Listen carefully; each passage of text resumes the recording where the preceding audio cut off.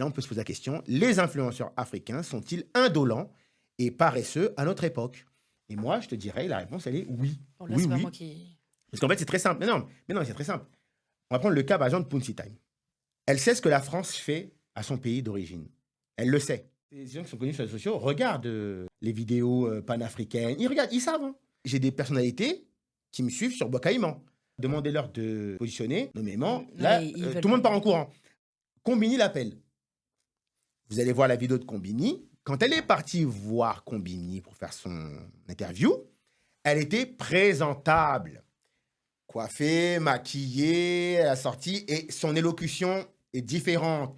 Tout est parfaitement paramétré parce qu'on est dans le monde blanc. Mais quand après vous allez la voir sur TikTok, là vous allez voir grisaille, pétard, pétard, pétard. Les cheveux, hein, caca, voilà, c'est que des trucs comme ça, c'est du grand n'importe quoi.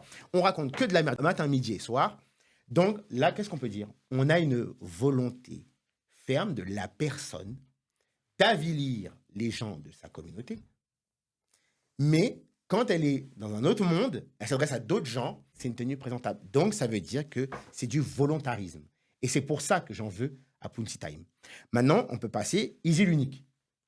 Il fait toutes ses vidéos parce qu'il est acteur. Il veut être acteur.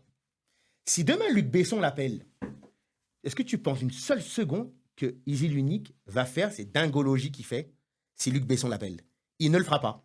Donc, c'est-à-dire que quand c'est le monde noir, je fais mes dingologies, mais quand c'est le monde blanc, j'aspire par le métier d'acteur, Chris, là, hop, je me mets droit, carré, je sais parler, je me tiens. Même le monde arabe connaît ça. J'ai vu des Maghrébins reprocher, par exemple, à Fianso, quand c'était pour nous, la communauté maghrébine, c'était, ouais, je te tire dessus, ish. Mais quand il est arrivé dans le cinéma français, et là, c'est le monde blanc, on l'a vu tout autre, positionnement, gestuel, ça y est, on est dans un autre monde, deux salles, deux ambiances. Tous les jours, j'ai droit à une attaque sur ma couleur de peau, j'ai droit à une attaque sur mes cheveux. Être créatrice de contenu sur les réseaux sociaux, c'est compliqué, mais encore plus quand t'es une femme noire. Il y a quelques jours, une créatrice a fait une vidéo sur moi. Je ne la connais pas, je ne sais pas d'où elle sort. Et elle a eu des propos racistes à mon encontre en disant que je ressemblais à un macaque mélangé avec une Peugeot 206. Elle a aussi des propos racistes à l'encontre de Shai, la chanteuse. Elle est à visage découvert. Après, elle cacha sous couvert d'humour, etc. Donc, je trouve ça quand même assez culotté de sa part. Qu'on soit absolument clair, pour moi c'est pas de l'humour, c'est du racisme. Et ce qui m'a encore le plus surpris, c'est que après, en ayant vu les proportions que ça prend, elle a refait des vidéos en continuant ses propos racistes, en disant qu'elle ne s'excusait pas, en utilisant même le N-word dans ses vidéos. On peut faire de l'humour. Moi, la première, je fais de l'humour sur les réseaux sociaux, mais il faut quand même faire attention à ce qu'on dit. Enfin, je veux dire, c'est quand même une histoire. Des gens ont souffert, des gens sont morts, ils ont été torturés. Nos ancêtres, ils sont battus pour qu'aujourd'hui on puisse vivre tranquillement, circuler dans les rues tranquillement, sans devoir de compte à personne à cause de notre couleur de peau. Donc non, c'est pas normal. C'est très blessant et c'est d'ailleurs pour ça que j'ai porté plainte directement le lendemain que je suis allée au commissariat.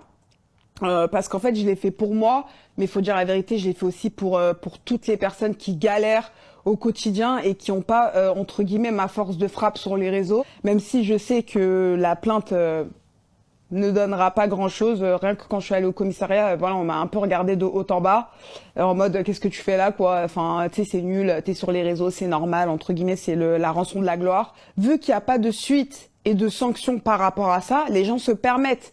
Les gens, ils se permettront pas s'ils savent qu'ils vont avoir une grosse amende ou s'ils peuvent même avoir une peine d'emprisonnement, etc. Ils se permettraient pas. Le problème, c'est qu'on n'est aussi pas pris au sérieux.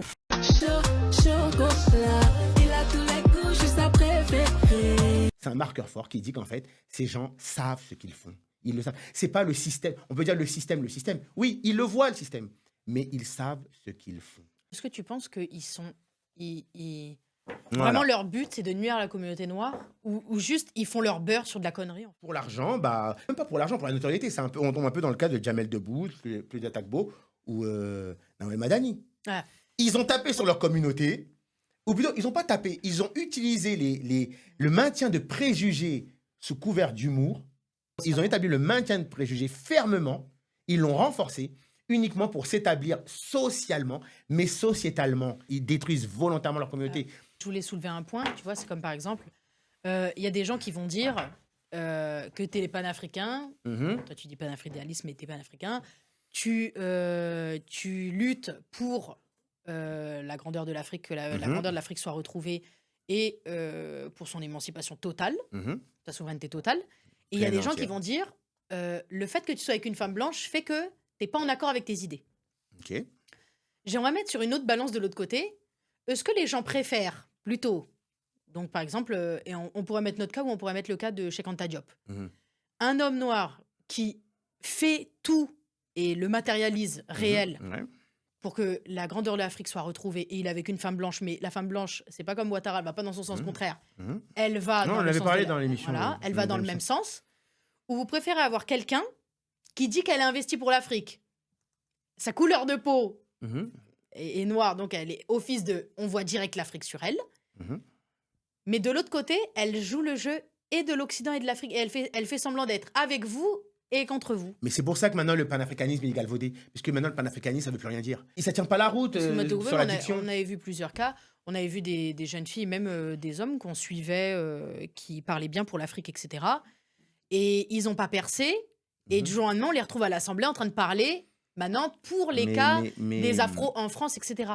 Donc la vérité, c'est que j'aimerais établir une balance où on se dit quoi?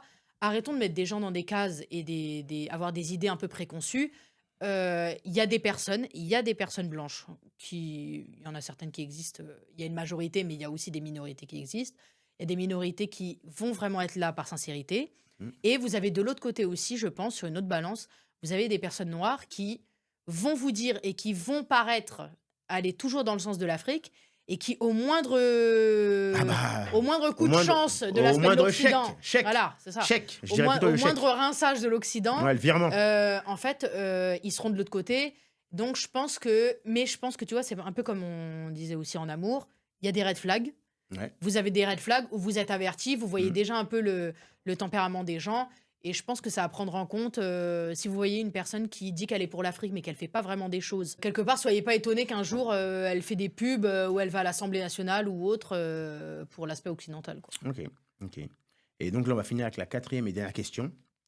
À l'aide de quelle réflexion profonde exprimant la nécessité du peuple noir à se relever, les influenceurs, voire influenceuses afrodescendants, afrodescendantes, d'ici d'ailleurs, vont ainsi pouvoir exprimer leur volonté de puissance dans un monde hostile à leur puissance hégémonique? Pour répondre au dernier questionnement, je vais prendre soin de laisser notre cher et défunt savant sénégalais Cheikh Anta Diop vous faire sa piqûre de rappel, paix à son âme, Otep, Imak Irmaat, Mahdi Krasia Mouafrika. Soyez en paix, que celui ou celle qui est dans la lumière fasse rectitude, signer la moralité africaine. Otep.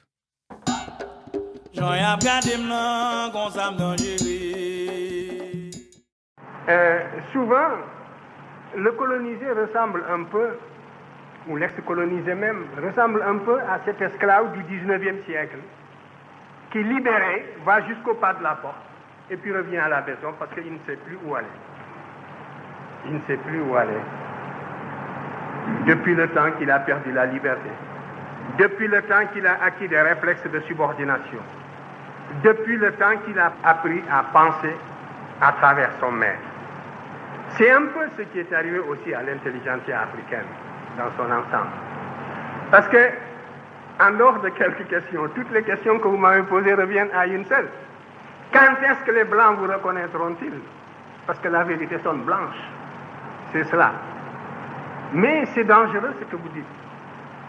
Parce que si réellement l'égalité intellectuelle est tangible, l'Afrique devrait, sur des thèmes controversés, être capable d'accéder à la vérité par sa propre investigation intellectuelle, se maintenir à cette vérité jusqu'à ce que l'humanité sache que l'Afrique ne sera plus frustrée, que les idéologues perdront leur temps parce qu'ils ont rencontré des intelligences égales qui peuvent leur tenir tête sur le plan de la recherche de la vérité.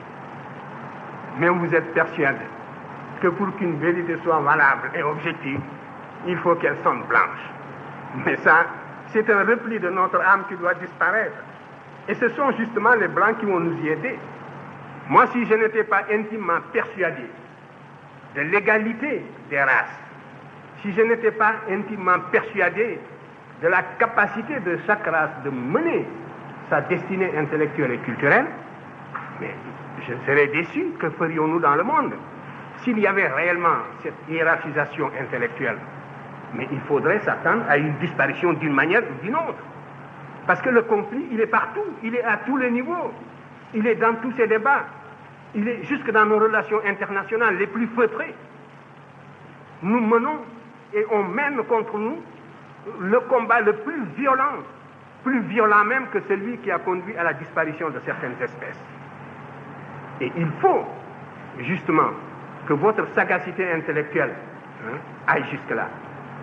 Alors, donc, toutes les questions que vous m'avez posées reviennent à peu près à la même. Les Blancs vous nient, ils ne vous ont pas encore répondu.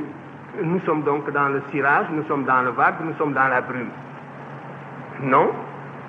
Ce que j'ai dit un peu dans la préface de Obenga, c'était cela, que par la connaissance directe, l'Afrique doit être capable de saisir une vérité, de savoir qu'elle est en possession d'une vérité, quel que soit le domaine d'ailleurs.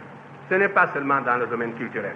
Et de se maintenir au niveau de cette vérité en prenant des mesures conservatoires jusqu'à ce que tout le monde joue le même jeu, jusqu'à ce que l'on sache que la supercherie est finie. On n'a plus affaire à des enfants ou à des nouveau-nés. Mais c'est là à la fois une réaction intellectuelle, une réaction culturelle, ça demande la mobilisation de toutes les capacités de l'être, un être qui, abstraction faite de son aliénation, a les mêmes capacités que n'importe quel autre être.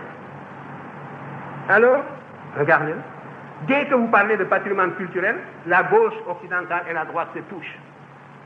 Et souvent, la gauche est plus minable que la droite. Faites l'expérience.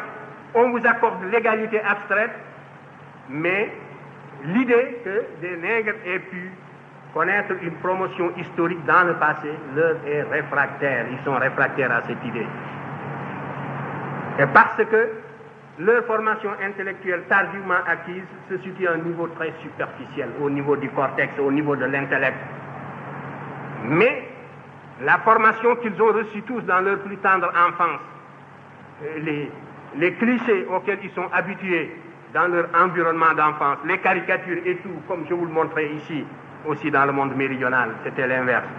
Tout cela les empêchait, les rendait aveugles, n'est-ce pas, pour observer des vérités comme celles que nous leur opposions. Par conséquent, il n'y a qu'un seul salut, c'est la connaissance directe. Et aucune paresse ne pourra nous dispenser de cet effort. Il faudra absolument acquérir la connaissance directe. À formation égale, la vérité triomphe. Formez-vous, armez-vous de science jusqu'aux dents, c'est ce que j'ai dit à Obenga, et arrachez votre patrimoine culturel. Alors, traînez-moi dans la boue si, quand vous arriverez à cette connaissance directe, vous découvrez que mes arguments sont inconsistants. C'est cela. Mais il n'y a pas d'autre voie.